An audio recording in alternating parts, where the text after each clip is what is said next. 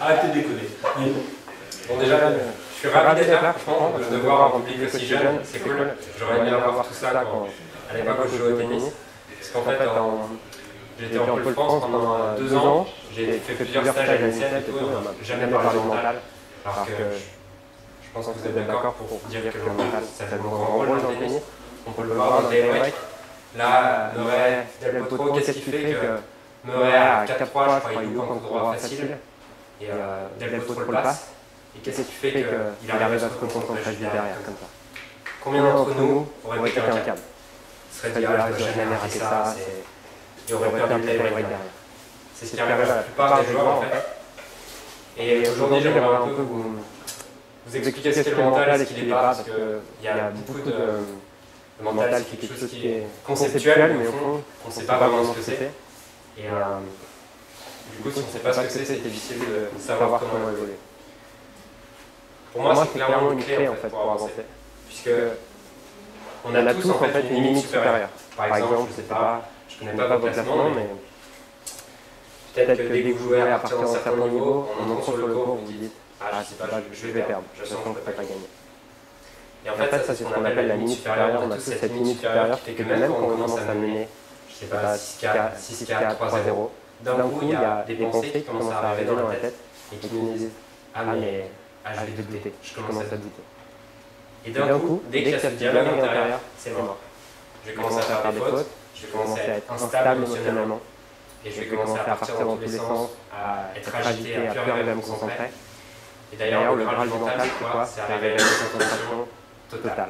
Et c'est ce qu'on voit là, sur le match Murray et Del Potro. Qu'est-ce qui est frappant, je trouve, moi, dans cette break? C'est cette stabilité émotionnelle qu'ils ont. Cette stabilité qui fait que, en regardant, tu sais pas qui gagne ou qui perd. Alors que tu regardes un match de 3e série ou un match de jeunes, tu regardes juste l'attitude des joueurs, tu sais qui a gagné le dernier point. Et c'est ça qui est impressionnant chez eux. Et c'est impressionnant extérieurement, mais c'est surtout parce que c'est impressionnant intérieurement avant tout ce qu'ils font. Et aujourd'hui, on va commencer par vous expliquer qu'est-ce qui va mener quelqu'un à la performance. Pour moi, ça part d'une base qui est... Vous voyez bien ou pas? Non, ok. Ouais.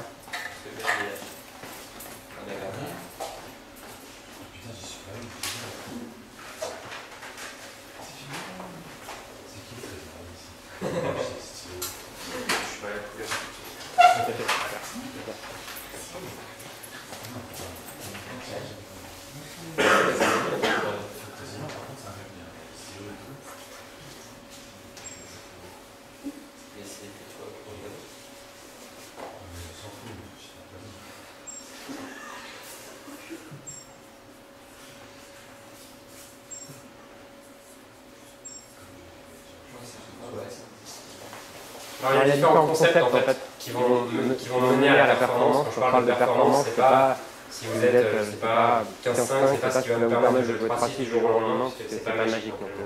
Mais c'est ce qui va vous permettre de jouer le même tennis à l'entraînement qu'un match. Parce que combien d'entre vous ont une différence entre le niveau qu'ils jouent à l'entraînement et un match? Levez la main ceux qui ont une différence entre l'entraînement et un match.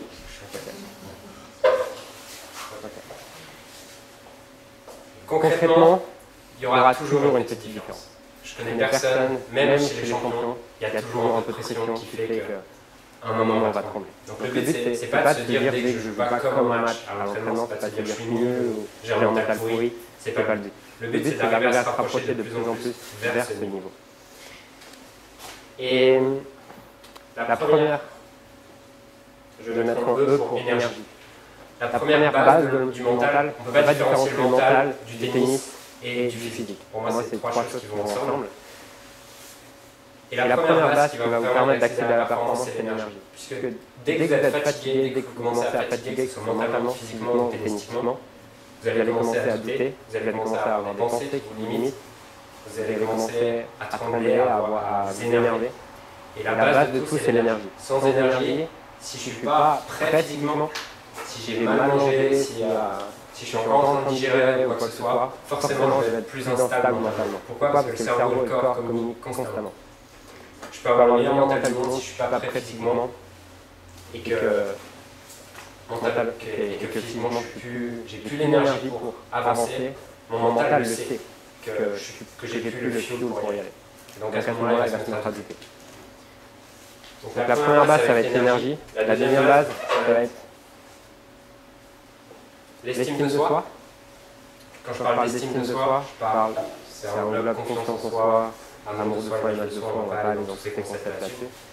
Mais aujourd'hui, juste l'estime de soi, c'est ce qui va faire que vous arrivez à croire en vous, à croire dans le fait que vous allez gagner ce match que vous êtes en train de jouer maintenant, ou alors le manque d'estime de soi, c'est ce qui va faire que vous vous mettez à douter, que vous vous mettez à avoir des pensées négatives, que vous vous mettez à vous dire « ah, je vais perdre ». Et c'est ce manque d'estime de soi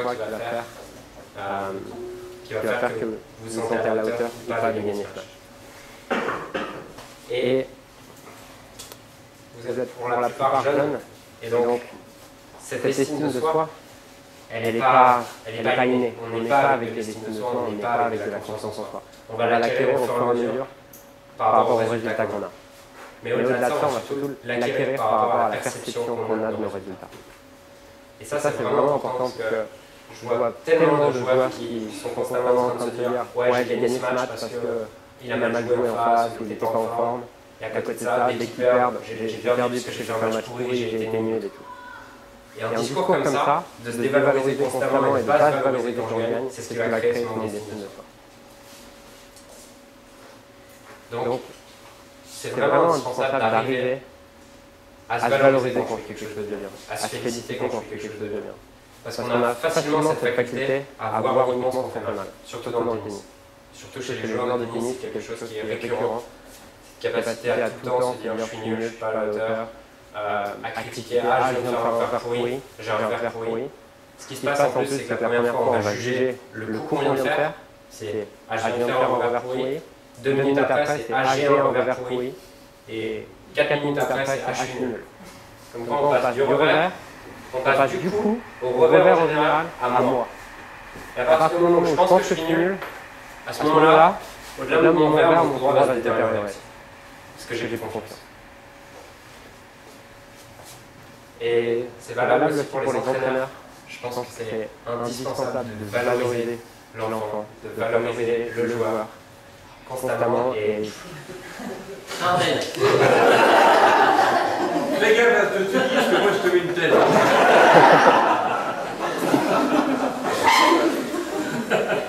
Je rigole. C'est bien. Non, ouais. Parce que clairement, même en Pôle France, en fait, t'as des entraîneurs qui valorisent jamais, qui sont tout le temps dans l'activité. Et bien sûr que ça, c'est une mentalité à l'ancienne, en fait. J'ai rien contre ça, mais c'est une mentalité à l'ancienne, façon russe, en fait. Les Russes sont contre. Non, mais. Et en fait, un champion, ça se construit pas en lui donnant que des coups de pied, quoi. Un champion, ça se crée en lui donnant non des coups de pied quand il en a besoin, mais aussi à valoriser quand il en a besoin. Quand il vient de faire quelque chose de bien. Que ce soit dans l'éducation ou quoi que ce soit, c'est quelque chose qui est indispensable pour construire l'estime de soi de l'enfant, ou construire sa propre estime de soi quand on est joueur. Arriver à ramener son esprit constamment sur qu'est-ce que j'ai fait de bien, plutôt que constamment de dire ah, j'aurais peut-être pu gagner ce point-là à quelque partout, j'ai été nul à ce moment-là. Tout ça, vous oubliez, définitivement. Autant pour votre bien-être que pour votre niveau de jeu qui va évoluer.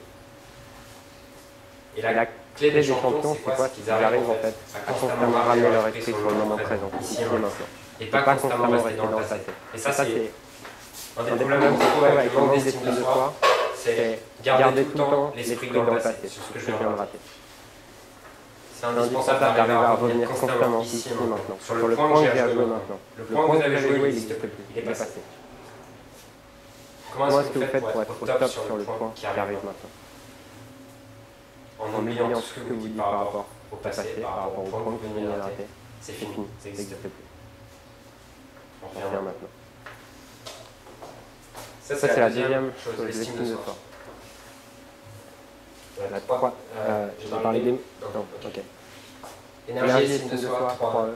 Énergie, estime de soi, émotion. La capacité à gérer ses émotions. C'est quoi une émotion? C'est simplement une énergie qui tourne à l'intérieur de moi, qui peut être positive ou négative, qui peut être de la colère ou de la joie, qui peut être de l'enthousiasme ou à côté de la frustration.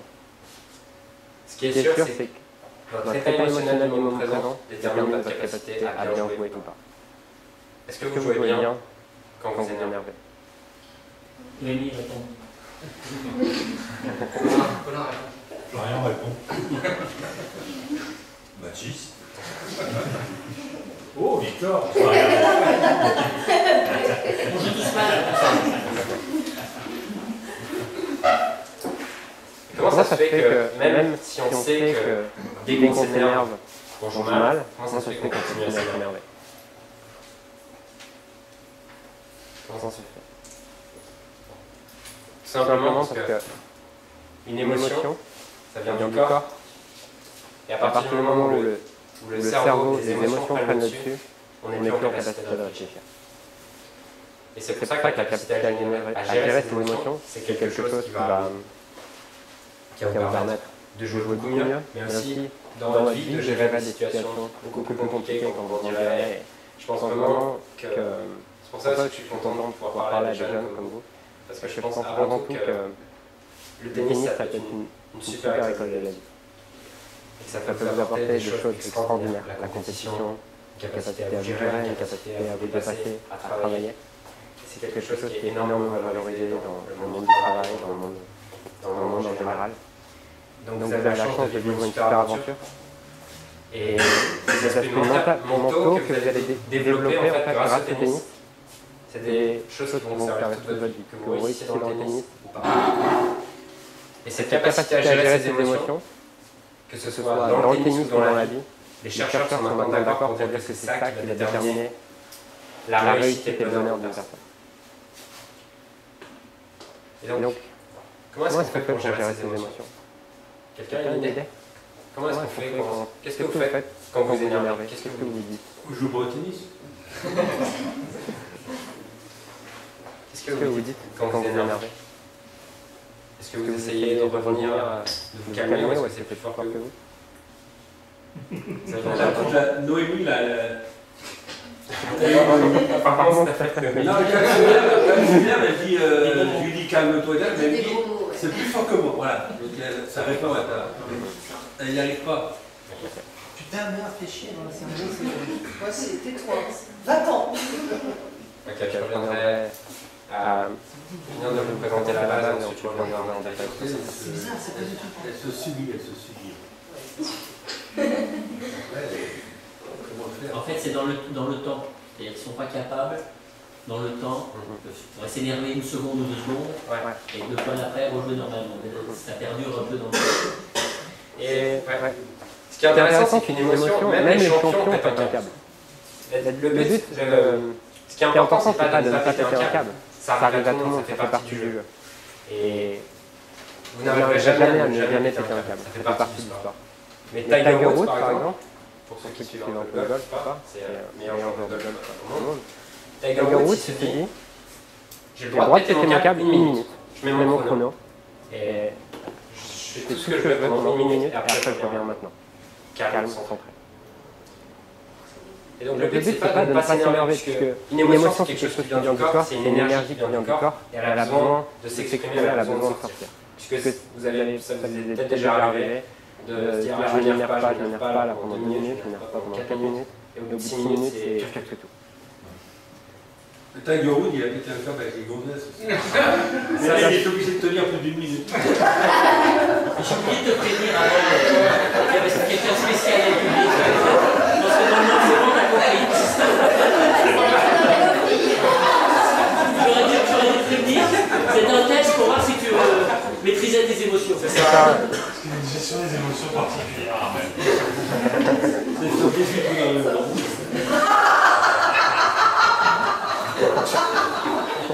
Moi, j'irais ces émotions.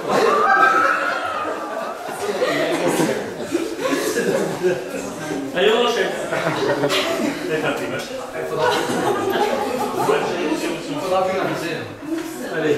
Et donc, ce qui est vraiment important à comprendre, c'est que le but, c'est pas de ne plus s'énerver ou de ne plus être frustré ou quoi que ce soit, c'est juste de diminuer ce temps-là, en fait. le temps dans lequel vous allez être tous prêts et énervés.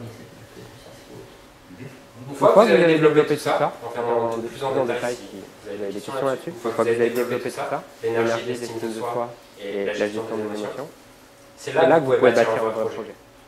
Et c'est ce qu'on a, c'est là qu'on peut créer la motivation. La motivation, c'est quelque chose de fragile. Je peux arriver sur le cours et être motivé à gagner le match, mais à partir du moment où je vais avoir un problème dans ces trois niveaux-là, qu'est-ce qui va se passer? Ah bah non, je suis plus motivé, j'ai plus envie de jouer. Donc la motivation, souvent on pense que c'est important, il faut être motivé dans le tennis et tout, il faut se battre.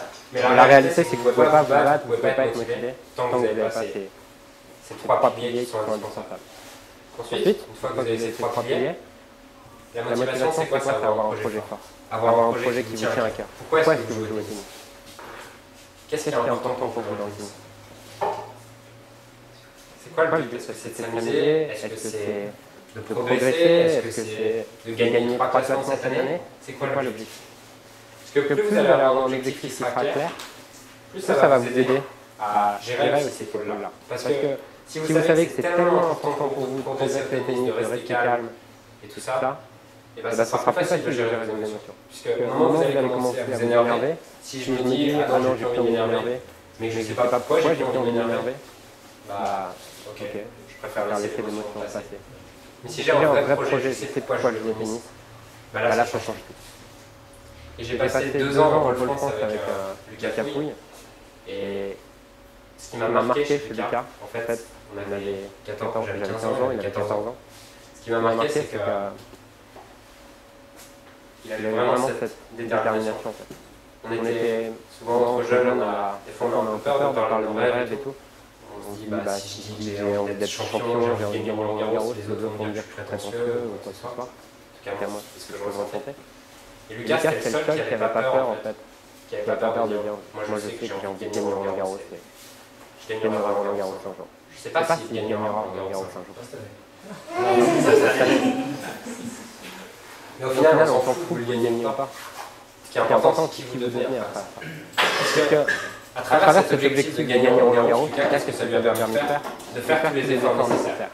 Puisque je ne sais pas quel projet vous avez, si vous avez envie d'être champion, si vous avez envie d'être moins 15 ou quoi que ce soit.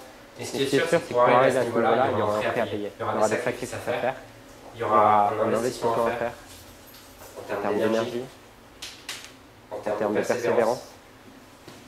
Qu'est-ce qui fait un champion? C'est pas son talent. On parle beaucoup de la notion de talent, mais le talent, c'est avant tout quelque chose qui se développe, qui travaille. Si vous êtes là aujourd'hui, je suis convaincu que vous avez tous du talent.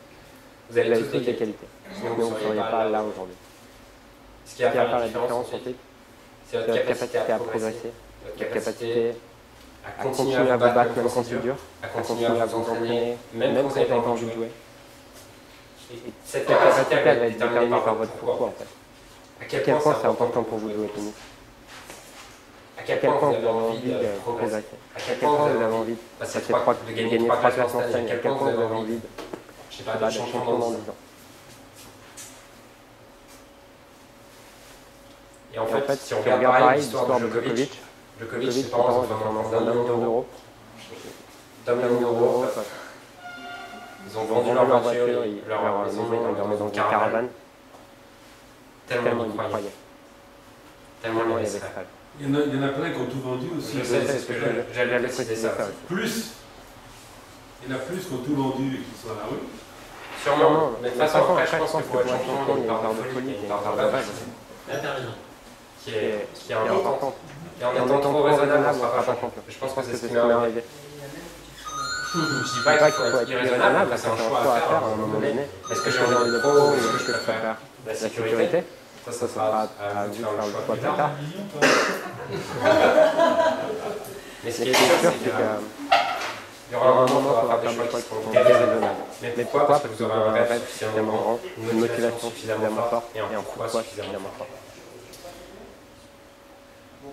Et moi j'ai eu cette décision à prendre quand je suis parti en Pôle France à 13 ans. À l'époque, je me considérais encore comme un bébé, j'avais une maman. Et partir comme ça, à 13 ans, j'avais 12 ans même, partir en un mois et demi, sans enchaînement et tout, pour moi c'était dur. Mais j'avais ce rêve, j'avais pourquoi. Et je ne suis pas champion aujourd'hui, mais je sais ce que ça m'a apporté, le tennis. Et je sais qu'aujourd'hui, qui je suis, c'est essentiellement par rapport au tennis que je développe. C'est aussi ce que j'aimerais vous faire comprendre, que être pro ou pas, on s'en fout en fait. Mais tous les efforts que vous allez faire chaque jour pour vous entraîner, tous les efforts que vous allez faire chaque jour pour frapper une balle de plus, être concentré 3 minutes de plus. Arriver à switcher vos émotions en 30 secondes de moins. Tout ça, c'est du capital que vous emmagasinez sur vous à votre. Et ça aura un vrai impact dans toute votre vie. Donc au final, on s'en fout que ce soit le tennis ou pas. Comprenez tous les efforts que vous faites chaque jour pour jouer au tennis. C'est des efforts qui paieront toute votre vie. Voilà. La motivation. Et la dernière chose, c'est la concentration. Mais la concentration, c'est encore plus fragile que la motivation. Puisque dès que j'arrive à gérer mes émotions, je peux me concentrer. Dès que j'ai de l'énergie, je peux me concentrer. Donc la concentration, c'est quelque chose qui est vraiment hyper friable et qui dépend essentiellement des 4 premiers pôles. Après, il y a des outils pour développer la concentration, mais la concentration, c'est juste quelque chose qui est hyper important et anecdotique en fait à travailler. Puisque l'essentiel, c'est vraiment de se concentrer sur ces 4 pôles. Et là, si je devais vous demander à chacun, à votre avis, où est-ce que vous avez le plus mal aujourd'hui? Est-ce que c'est pour toi? C'est quoi? Concentration. Ok, si on part juste sur les 4 pôles. Je suis pas trop d'accord. Ouais. Pas avec toi. Moi, avec lui. Non, ok, sur les émotions, oui. Justement. Donc après les émotions, on rejette sur la concentration. Non, en fait, parce que le pôle qui est tout en haut, en fait, il dépend des autres. Carrément. C'est pour ça que je vous demandais d'oublier les... Ouais, c'est ça. Ça serait les émotions? Pas. Émotions, estime de soi, énergie, motivation.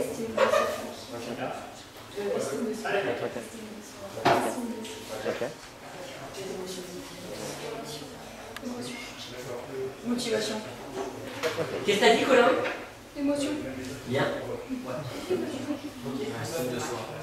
Estime de soi? Ok. C'est marrant, on voit quand même toujours une dominante estime de soi pour les filles et émotion pour les hommes. Et c'est quelque chose qu'on retrouve toujours pour la plupart du temps en fait. Ok. Du coup, je vais vous parler plus en détail de l'estime de soi et des émotions. Je vais commencer par l'estime de soi. Ça vous plairait d'avoir des trucs pour développer l'estime de soi, pour avoir plus d'estime, pour être plus confiant. Photoshop.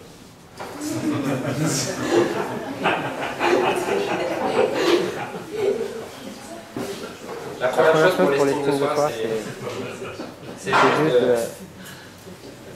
d'arrêter ce dialogue interne négatif qui tourne sans arrêt. Vous avez plus le droit à partir de aujourd'hui. Ou alors vous donnez un crédit. Un crédit. Répète ta phrase. Voilà. Vous avez plus le droit en fait d'avoir ce dialogue interne négatif en match. Pourquoi? Parce qu'il vous détruit en fait. Il vous détruit votre tennis et il détruit l'estime de soi que vous allez avoir dans la vie. Et les habitudes que vous allez prendre dans le tennis, en fait, à vous dévaloriser constamment, c'est quelque chose que vous allez garder dans la vie. La dévalorisation, c'est quelque chose qu'on retrouve beaucoup dans le tennis. Pourquoi? Parce qu'on a cet esprit compétiteur qui est une qualité, on a envie d'être encore meilleur, on a envie de gagner, ça c'est top. Et c'est pas parce que j'ai envie de gagner que vous allez me dévaloriser dès que je fais une faute. Bien au contraire. Parce qu'à chaque fois que je fais ça, je détruis mes chances de gagner. Ce discours interne négatif, c'est le pire poison que vous avez en fait. Le pire. Si on doit prendre parmi tout ça, le pire poison que vous avez, c'est uniquement ça. Le dialogue interne négatif. Parce que ça va puiser votre énergie, ça va détruire votre estime de soi et en fait ça va générer des émotions négatives. Pourquoi? Parce qu'une émotion part toujours d'une pensée. Toutes mes émotions sont toujours déclenchées par une pensée. Quand j'ai de la colère sur le cours de tennis, quand j'ai envie de m'énerver, pourquoi est-ce que je m'énerve alors qu'il y a d'autres joueurs qui eux s'énervent pas quand ils ratent ce type de balle? Qu'est-ce qui fait ça? Tout simplement parce que dans ma tête, je pense que c'est interdit de rater. Vous avez le droit de rater. Et le paradoxe, c'est que plus vous allez vous autoriser à rater, moins vous allez rater. Parce que si vous autorisez à rater, à ce moment-là, vous allez pouvoir vous reconcentrer sur le plan d'après quand vous aurez raté. Alors que si vous autorisez pas à rater, vous allez rater la première. Et juste après, vous allez péter un câble. Vous allez être, je sais pas, il y en a, c'est énervement, d'autres c'est pleurs, d'autres c'est frustration, d'autres j'abandonne à moitié. Mais dans cet état-là, je suis pas capable de me reconcentrer et de ne pas rater le plan d'après. Tout part toujours d'une pensée. Tout part toujours d'une croyance. Qu'est-ce que je crois que j'ai le droit de faire ou pas? Vous avez le droit de rater, vous avez le droit de ne pas être au top pendant 2 jeux, vous avez le droit de ne pas être au top pendant un set, vous avez même le droit de ne pas être au top pendant un match. Vous avez le droit de rater des matchs. On ne peut pas toujours être à fond. Et même les joueurs pro, on les regarde jouer, leur premier tour, ils sont comment? Pas top. Ils le savent. Ils savent que ça fait partie du jeu. J'ai pas envie de vous faire croire que grâce à un mental exceptionnel, vous allez faire que des matchs de fou. Parce que c'est pas la vérité. Mais votre capacité à progresser, j'avais un entraîneur qui nous disait toujours ça. Ce qui fait la différence dans une carrière de joueur de tennis, c'est pas sa capacité à bien jouer, c'est sa capacité à gagner quand il joue mal.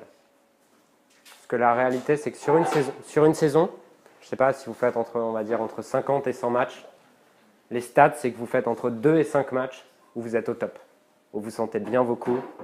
Le reste du temps, vous allez avoir à gagner alors que vous jouez mal. Et c'est une loi, ça fait partie du jeu, c'est comme ça. Même les pros, des matchs où ils sont au top de leur forme, peut-être un peu plus parce qu'ils ont l'habitude, mais bon, ils font 10 matchs dans l'année où ils font vraiment un grand match. Le reste du temps, ils gagnent avec leur qualité, avec ce qu'ils peuvent faire dans cet état-là. Mais comprenez que vous avez le droit de ne pas être au top. Et ça fait partie du jeu. Ça fait partie du tennis. C'est justement un des sports les plus durs mentalement. Pourquoi? Parce qu'on est constamment en train de louper des balles faciles. Et vous en louperez toujours en fait. Mais à partir du moment où vous allez vous l'autoriser, là vous allez progresser. Là vous allez pouvoir bâtir votre estime de soi. Puisque l'estime de soi, c'est juste une perception que vous avez de vous-même, en fonction des règles que vous avez. Et si en fait, à chaque fois que je rate un coup, je me dis que je suis nul, à force de me répéter sur un match, je vais me répéter, je sais pas, 10, 15 fois que je suis nul, ou que j'ai un revers pourri, ou que ma deuxième balle, elle est pourrie, si je fais ça, on va dire, 30 fois dans une saison, ça fait que en une année, je me suis répété 200 fois que j'étais nul ou que j'avais un revers pourri, je vais finir par y croire.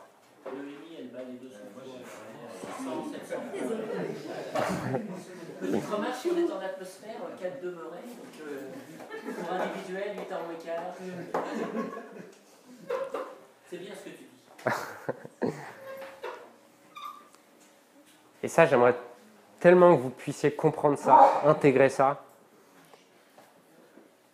Au moment où vous ratez la balle, que vous avez le droit et que c'est le point d'après, il est passé le point d'avant.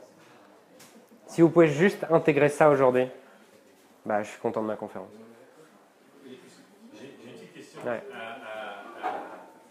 À partir de quel âge tu as réussi à comprendre ça?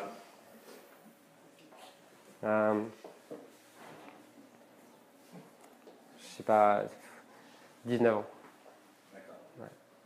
19 ans, mais c'est pour ça que j'interviens en fait maintenant, parce que parce qu'on me l'a pas expliqué en fait. Et la plupart quand je vois la façon d'enseigner le tennis, c'est constamment en train de critiquer le joueur et jamais le valoriser.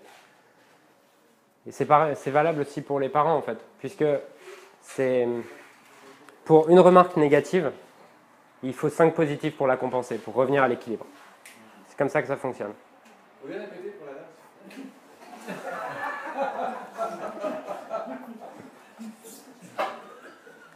Pour une remarque négative, il faut 5 remarques positives pour équilibrer l'estime de soi de l'enfant. Vous voulez répéter pour la dame?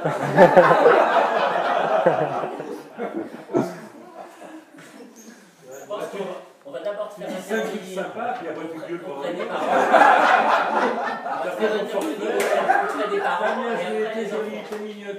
récolté sympathique. Quand les parents seront bien formés par toi, les enfants Mais c'est ce que j'allais dire en fait. Je crois qu'il faut un cours mental pour les parents aussi. Moi ça m'intéresse. Hein. En plus, j'ai créé une formation là pour les parents. Ah ouais, Parce que... Ça, c'est bien, hein. Ouais. Sur le site, ouais. Il est très bien ce que tu as écrit sur le site. Ah, tu suis le site? Ok, d'accord. Cool. Ok. Oui, donc parce qu'on ne savait pas expliquer. Non, et je pense que... ouais, en fait, on est formaté par rapport à ce qu'on a vécu. Et du coup, tant que tu ne vois pas la connaissance ailleurs, bah, tu continues à reproduire ce que tu as reproduit. Et, même en pôle France, il n'y avait pas cette idée de... Non, on était plutôt dans le...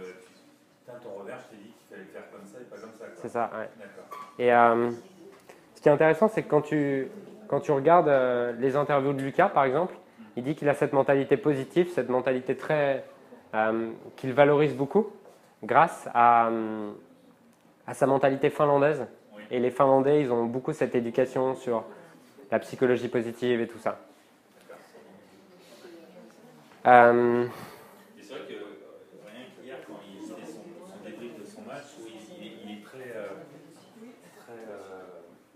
juste et très honnête dans ses propos, où Ouais. il dit j'ai eu du mal à gérer mes émotions. En fait, c'est ça qu'il a dit. Ouais. C'est que ça l'a pompé, en fait. Ouais, c'est ça. Et c'est vrai qu'il a une du sang et de tout ce que j'ai pu dire, c'est vrai que la mentalité finlandaise joue énormément sur la mentalité de tous les joueurs français qu'on peut avoir. Alors le problème c'est que les enfants ils sont scolarisés. Ça, c'est un autre débat. Et alors la scolarité française, comme destruction d'estime de soi, je pense que c'est le champion du monde. Ouais, non, je suis complètement d'accord avec ça et c'est pour ça que c'est à l'enfant aussi, quand il apprend ça, à nuancer les paroles des profs. Moi j'ai une question. Ouais. Comment se fait-il? Moi il y a quelque chose que je n'explique pas, et j'aimerais beaucoup que vous me donniez une réponse. Parfois, il y a une première partie de match qui est magnifique, et d'un seul coup, il y a un espèce de passage à néant, et plus rien. Alors, ouais. Il n'y a plus rien. En fait, il ne se passe plus rien. Aussi bien dans les jambes que dans la tête, on a l'impression qu'il s'est passé un truc. Donc, j'aimerais bien savoir ce que c'est. Alors, Maintenant, il faut que je dise 5 trucs positifs. non, non. Non, mais Ouais. c'est un cas réel, je pense que ça je ne vois pas juste chez mes filles. Non, non, il n'y a pas que chez vous, vous inquiétez pas. Il y a un premier set qui est magnifique, où tout est en phase et tout ça, et puis d'un seul coup il se passe un truc où il se passe rien justement. Souvent, quand le premier set est gagné facilement. Oui, voilà, ou je sais pas. Un problème de déconcentration, je pense. Ouais. Mais à ce moment-là, si on a la parole de l'adversaire, on va dire j'ai mis un set pour m'échauffer, après j'ai commencé à bien jouer. Non, mais moi je vois un C'est irréversible dans cette discussion. Non, je pense pas. Moi je vois un changement d'attitude dans le jeu de mes filles. Où d'un Ça, seul c'est coup. deux configurations différentes. Je pense que Oui, mais après elles sont symétriques. Il y a du couille, par exemple, là, le premier set, il avait du mal, d'accord, on a vu, d'accord. Et après il s'est mis dans le coup, donc c'est l'inverse. Oui, mais là, sans parler d'un changement tactique ou de jeu de la part de l'adversaire, moi je remarque quelque chose dans l'attitude de mes filles qui change. Et un truc qui s'est jusque-là de façon parfaite change d'un seul coup le débat. On peut écouter la réponse en fait. Ok. Alors en fait, il y a plusieurs explications. Il n'y a pas une explication puisque chaque personne est différente. Mais il y a deux types de stress. Il y a le stress de surpression et le stress de sous-pression. Donc si je gagne vraiment le premier set facilement, il peut y avoir un stress de sous-pression qui arrive. Et à partir du moment où je suis en stress de sous-pression, bah, je ne vais pas arriver à maintenir mon niveau de performance, mon niveau de concentration, ma stabilité émotionnelle et ma motivation, puisque je commence à m'ennuyer. Il y a l'ennui. Et il y a une deuxième chose qui est que si je gagne le premier set contre un joueur qui est peut-être un peu plus fort que moi, en perf par exemple, il peut y avoir un problème d'estime de soi qui est que inconsciemment, par exemple, si je suis 15-4, je ne mérite pas de gagner à 15-3. Ou alors je ne mérite pas de gagner aussi facilement à 15-3. Et c'est quelque chose qu'on retrouve, que ce soit sur un match ou alors également sur une carrière. Par exemple, hier, je discutais avec un joueur et il me disait « Ah, mais moi j'ai l'impression que je ne peux pas être plus de 300. Plus de 300 mondial. » Qu'est-ce qui te fait dire ça? Et en fait, on est constamment dirigé par nos croyances, par tous ces schémas qui sont implantés en nous, par rapport à toutes les informations qu'on a reçues depuis qu'on est petit. Et toutes ces croyances, en fait, elles vont diriger nos pensées, qui vont diriger nos émotions, qui vont diriger nos comportements, qui vont diriger nos résultats, qui vont confirmer nos croyances. Donc c'est un problème d'éducation. Non, je suis pas... Ouais.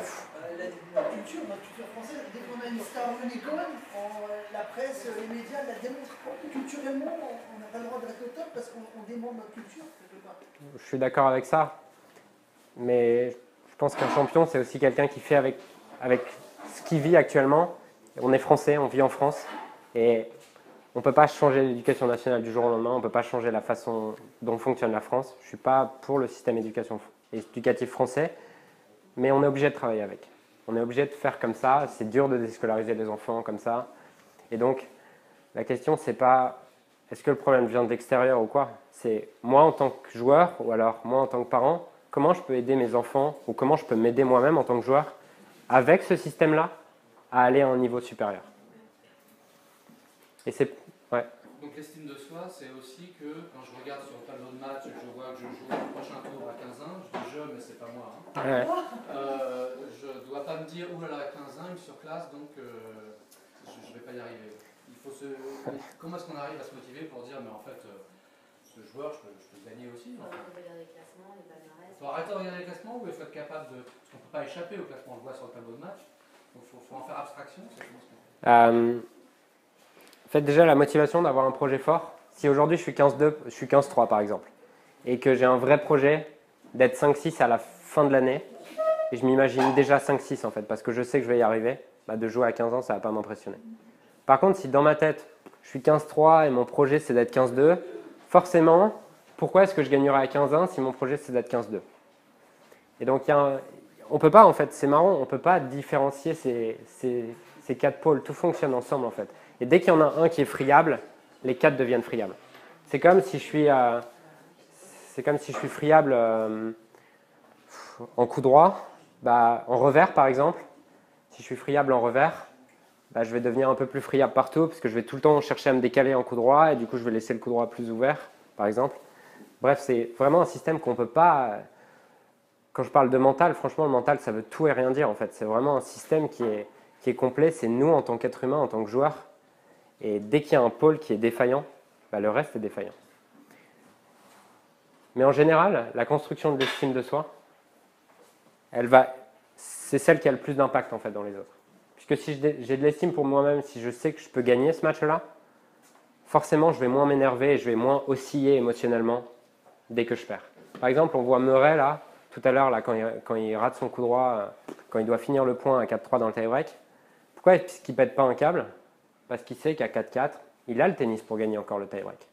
Et ça, c'est vraiment une question de perception, en fait. Ce n'est pas une question qu'il a le tennis, c'est une question qu'il perçoit qu'il a le tennis. Et c'est vraiment une différence importante. Puisque... C'est difficile, ça. Il faut être capable de s'auto-administrer, de savoir, de comprendre à quel niveau on est, jusqu'à quel niveau on peut jouer, etc. C'est pas simple, il faut bien se connaître, voilà. Ouais, mais moi je pense qu'on peut aller jusqu'à tous les niveaux en fait. Oui, bien sûr. Non mais, du coup quand tu dis jusqu'à où on peut, savoir jusqu'à où je peux aller? Non mais je parle sur un court temps, ok, d'accord, ok. Pas à long terme, Ouais. c'est un court match, le match, voilà. Et en fait, si on prend d'autres formules en fait qui a été développée, une formule qui a été développée par Timothy Gallwey qui a été je crois dans les 10 meilleurs mondiaux il y a très longtemps, mais derrière il s'est spécialisé dans tout ce qui est psychologie, psychologie de la performance et tout. Et il explique que la performance est égale au potentiel moins les interférences. Performance égale potentiel moins interférence. La performance c'est quoi? C'est le niveau de jeu que vous allez jouer en match. Le potentiel, c'est quoi? C'est le niveau de jeu que vous êtes capable de jouer à l'entraînement quand vous êtes au top. Les interférences, ça va être discours négatif, discours interne négatif, émotions qui m'empêchent de jouer mon meilleur tennis, manque de motivation, perception du regard des autres qui m'empêche de jouer. Et tout ça, il faut le diminuer. Mais pour le diminuer, il faut en avoir conscience. Donc, si je vous... Ouais. Il y a aussi un problème de société, parce que par exemple, aux États-Unis, comme c'est des départs en ligne, je ne sais pas si tu as joué aux États-Unis, comme ce sont des départs en ligne, il y a moins la visualisation du classement, tout ça. Et moi, tous les retours que j'ai des Américains, c'est qu'un mec qui est non classé joue contre un gars qui est niveau 2-6, il est sûr qu'en entrant, il peut gagner le match. Ouais. Et il aborde différemment mentalement le match. Ouais. Après, il y a tous les outils de visualisation qui peuvent se pratiquer dès le tout jeune âge, en fait, puisque plus tu es jeune, plus tu as cette capacité d'imagination. Et la visualisation, c'est quoi? C'est imaginer un événement futur comme ça, c'est déjà produit. Ça peut paraître un peu débile au début, à premier abord, mais la réalité, c'est que les études scientifiques nous montrent qu'on peut par exemple se muscler juste en imaginant porter un poids comme ça. Juste à travers l'imagination, la masse musculaire change.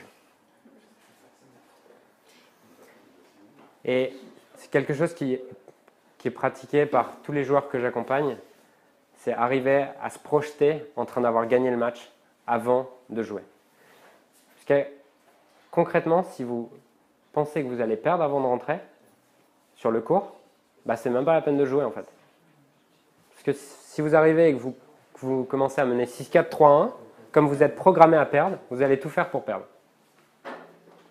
Et à 6-4, 3-1 par exemple, ça peut être comme madame tout à l'heure qui dit bah, d'un coup, il n'y a plus de jeu.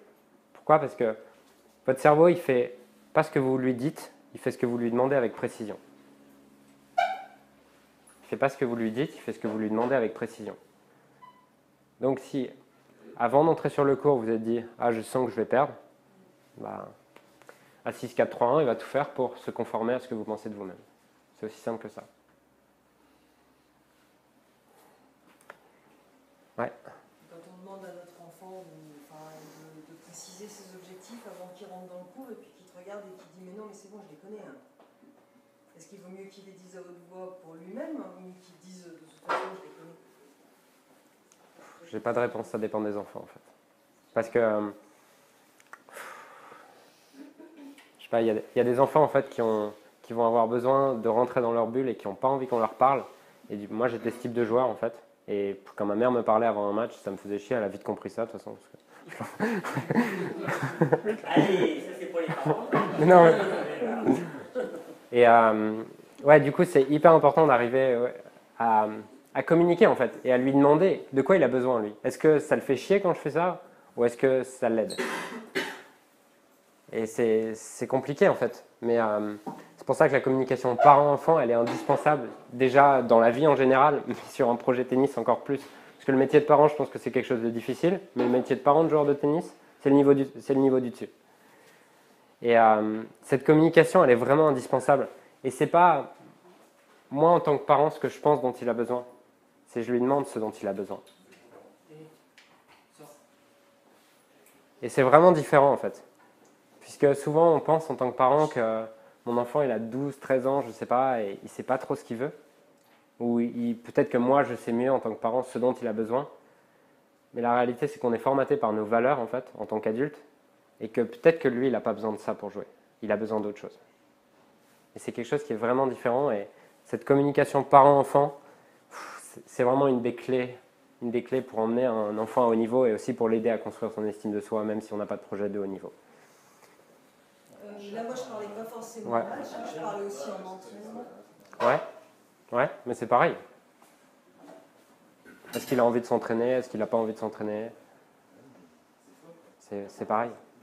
C'est pas une critique. Hein. Et, par exemple, ouais, les parents de Lucas, je les connais très bien et c'est des gens, il y a une communication qui est vraiment fusionnelle en fait. Et tu vois, ils sont toujours au service de Lucas en fait. Ils ont toujours été au service de Lucas. Et c'est amusant en fait. Quand on étudie en fait tout ce qui est parentalité, psychologie et tout, on voit à quel point l'influence des parents a un vrai impact sur l'estime de soi de l'enfant. Et c'est autant aux parents en fait à avoir ce discours qu'à l'enfant à communiquer avec son parent. Et pas se fermer en fait en tant qu'enfant et dire ouais, ma mère ou mon père il me fait chier, quand il joue il est tout le temps en train de me regarder et ça me saoule, dès que je fais une faute je le vois il s'énerve et tout. Et certes c'est quelque chose, mais en tant qu'enfant ou en tant que parent, vos parents ils font ce qu'ils peuvent. Ils font le meilleur pour vous avec leurs valeurs, avec leur façon de penser et vous faites pareil. Vous faites le meilleur que vous pouvez sur un cours de tennis avec vos qualités, votre estime de soi, votre façon de gérer vos émotions. Donc c'est aussi important pour vous d'exprimer vos besoins en fait en tant qu'enfant. Qu'est-ce que vous avez besoin que vos parents fassent pour vous sentir mieux? Parce que la plupart du temps, en fait, quand il y a un dialogue qui s'instaure parent-enfant, j'appelle pas ça un dialogue, j'appelle ça dégueuler ses émotions. Ah, tu me fais chier et tout, sauf qu'il n'y a rien qui...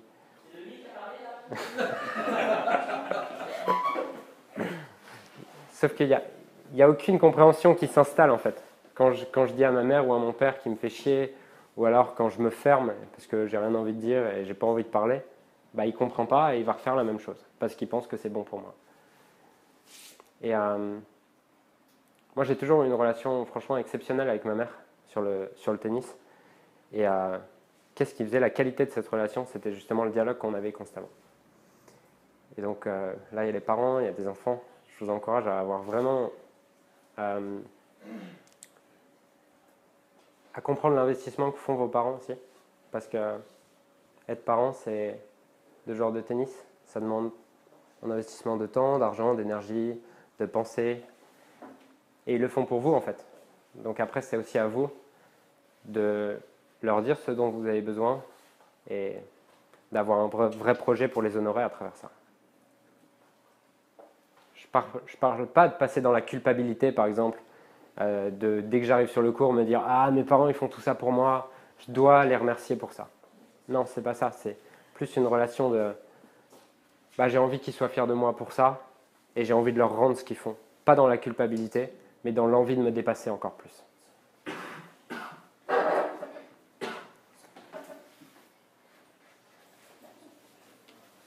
Qu'est-ce qui se passe en toi quand tu as des émotions, quand tu sens que tu n'arrives pas à gérer tes émotions? Je sais pas, j'arrive pas à me reconcentrer après. Ok. À me remettre dans le match. Ça dure combien de temps? Ça dépend. 2 semaines.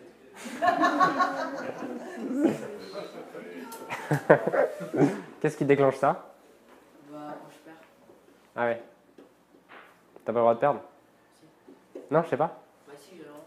Bah alors pourquoi ça déclenche ça? Qu'est-ce que tu ressens quand tu perds? Je suis énervé. Contre toi? Contre ton adversaire? Non, bah non. Contre toi? T'es énervé d'avoir fait une faute?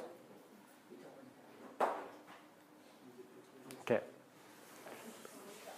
Ça m'amène à une autre notion qui est que quand je vous ai dit performance égale potentiellement interférence, la première interférence, c'est le jugement qu'on a constamment.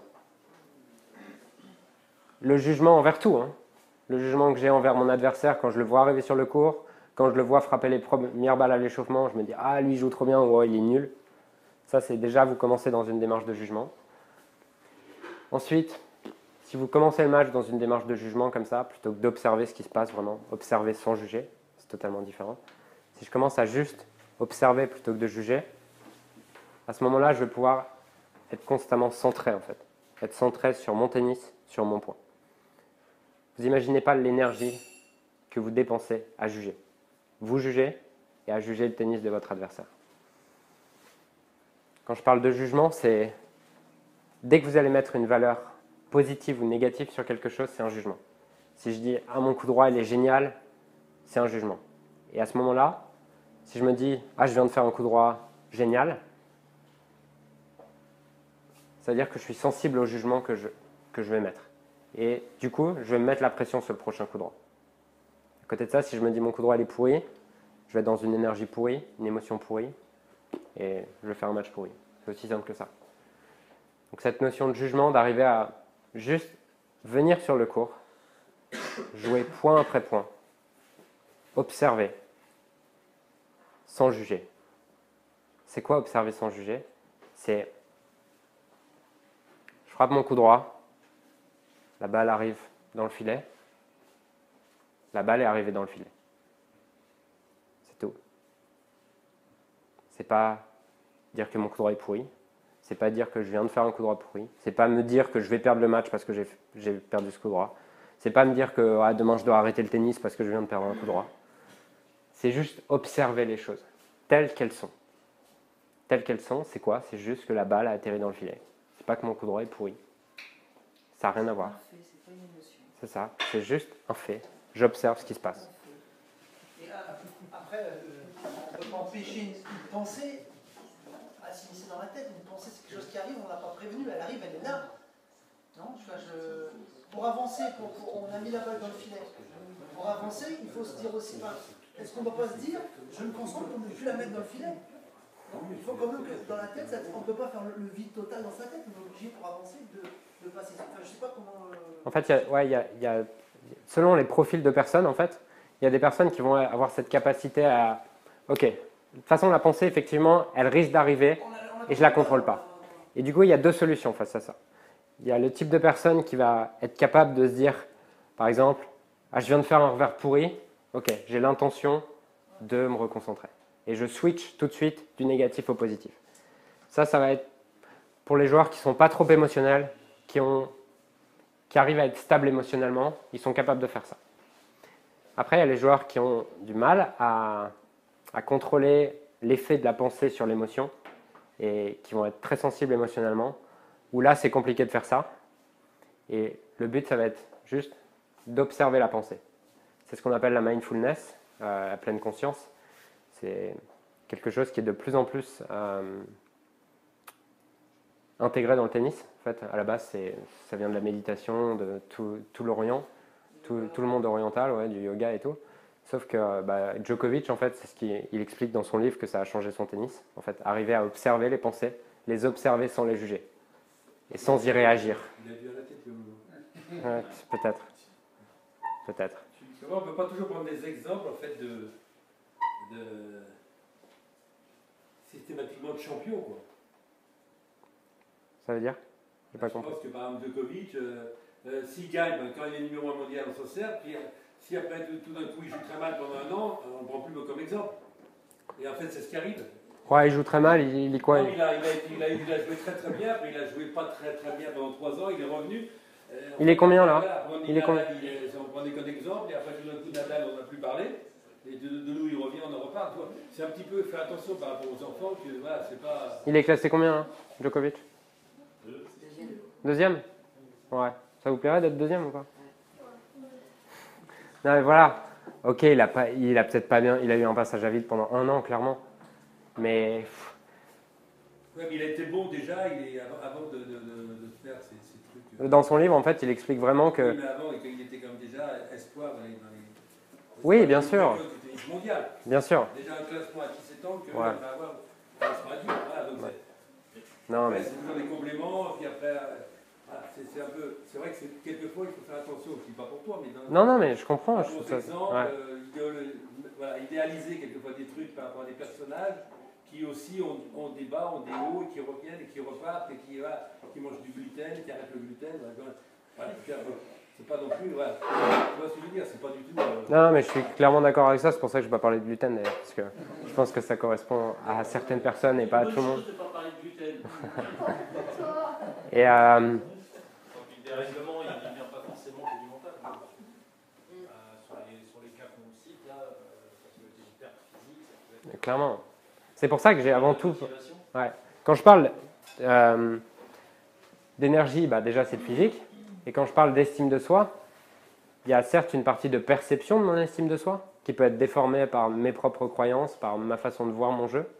Mais il y a aussi une partie de mon estime de soi qui dépend de mes coups en réalité. Si je suis incapable de mettre un revers dans le cours, même à l'entraînement, ça va être compliqué d'avoir de l'estime de soi sur mon revers en jeu, pendant le match. Et donc, ça c'est juste quelque chose qui va permettre en fait de limiter les interférences. Comme j'ai dit, performance égale potentiellement interférence. Mais si je n'ai pas le potentiel à l'entraînement pour jouer à un certain niveau, bien sûr que le mental ne va pas me permettre d'être champion.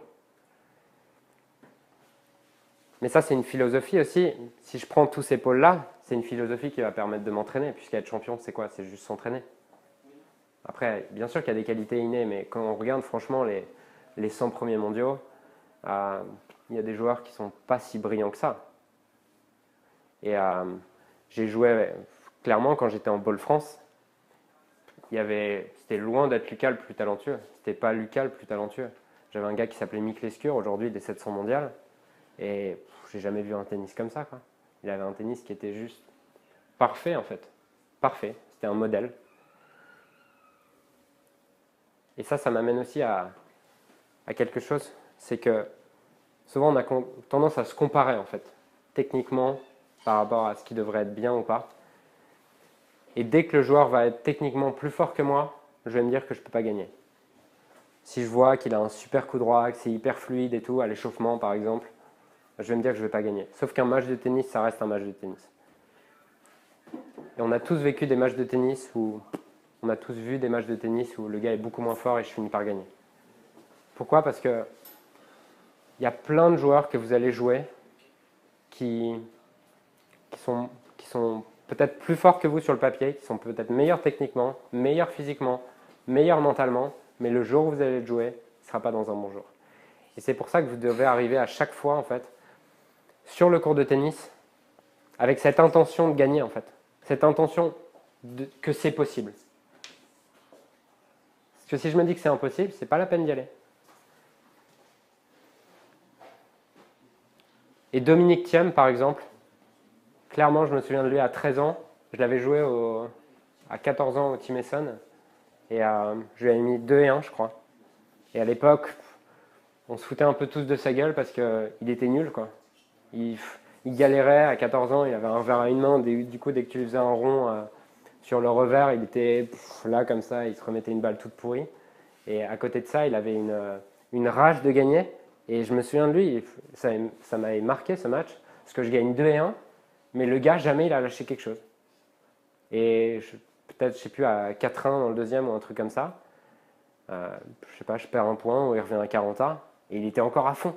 Il s'appelait pas Jean-Luc Michelet? Non, Non, lui, il avait abandonné déjà. Je me tais. Et donc, ouais, maintenant il est là. Quoi. Et maintenant, il est là.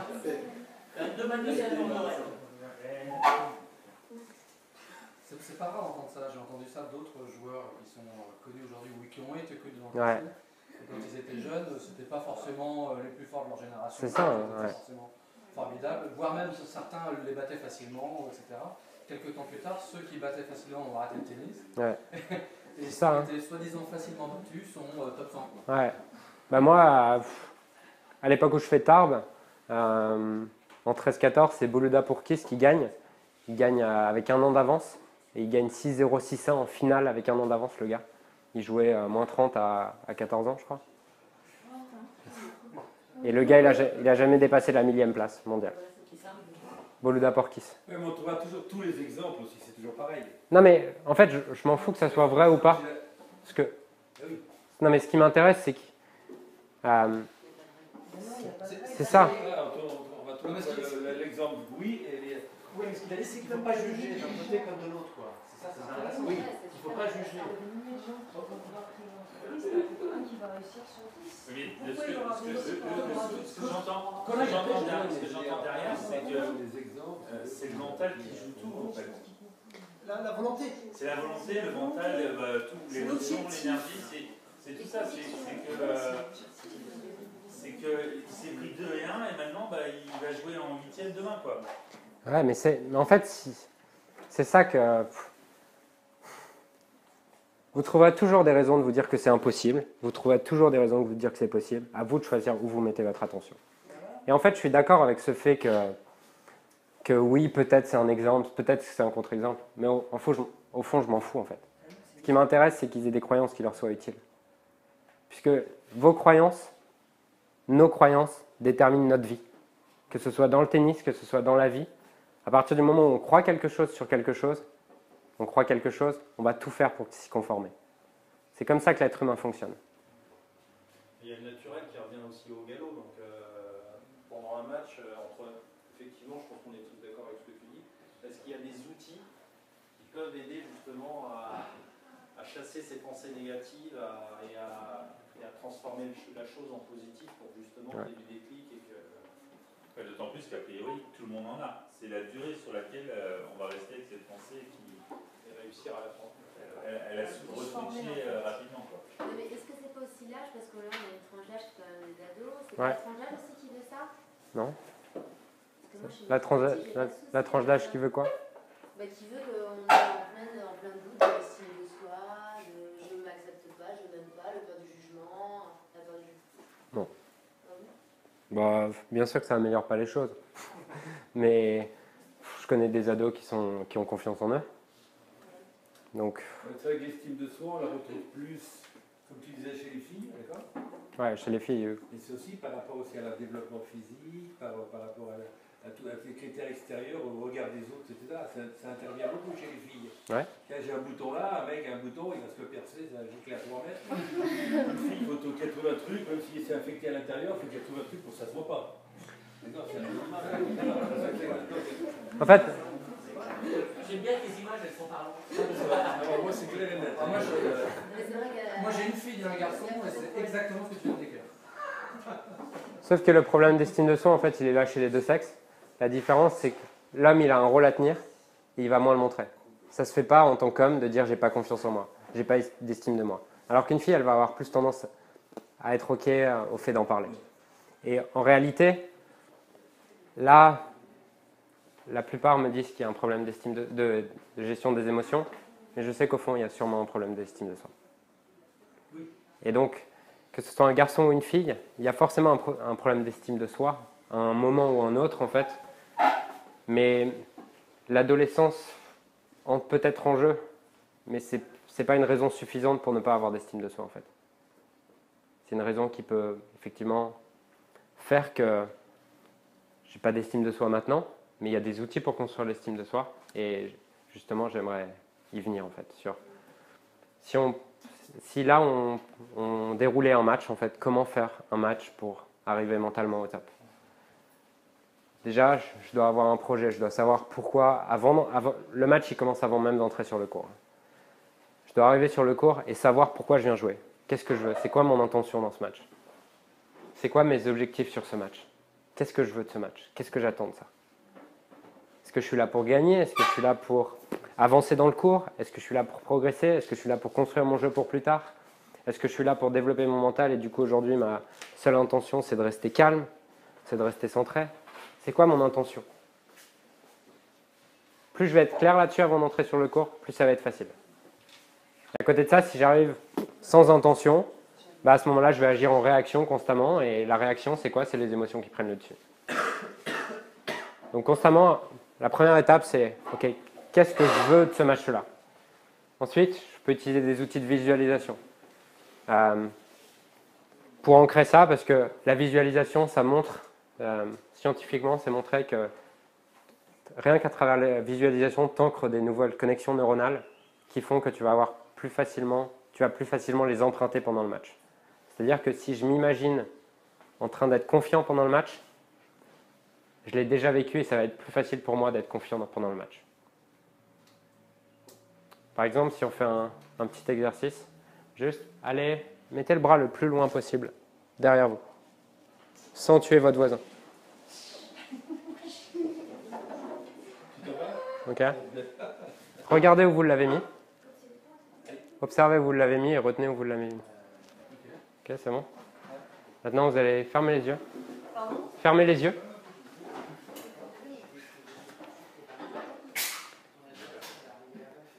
Fermez les yeux et imaginez que votre bras il touche l'épaule, l'autre épaule. Que vous puissiez. Imaginez-le. Visualisez. Voyez les images. Ressentez-le même. Vous pouvez même imaginer votre bras qui se déplie, qui va jusqu'à l'autre épaule. Essayez d'imaginer des images, de le ressentir physiquement.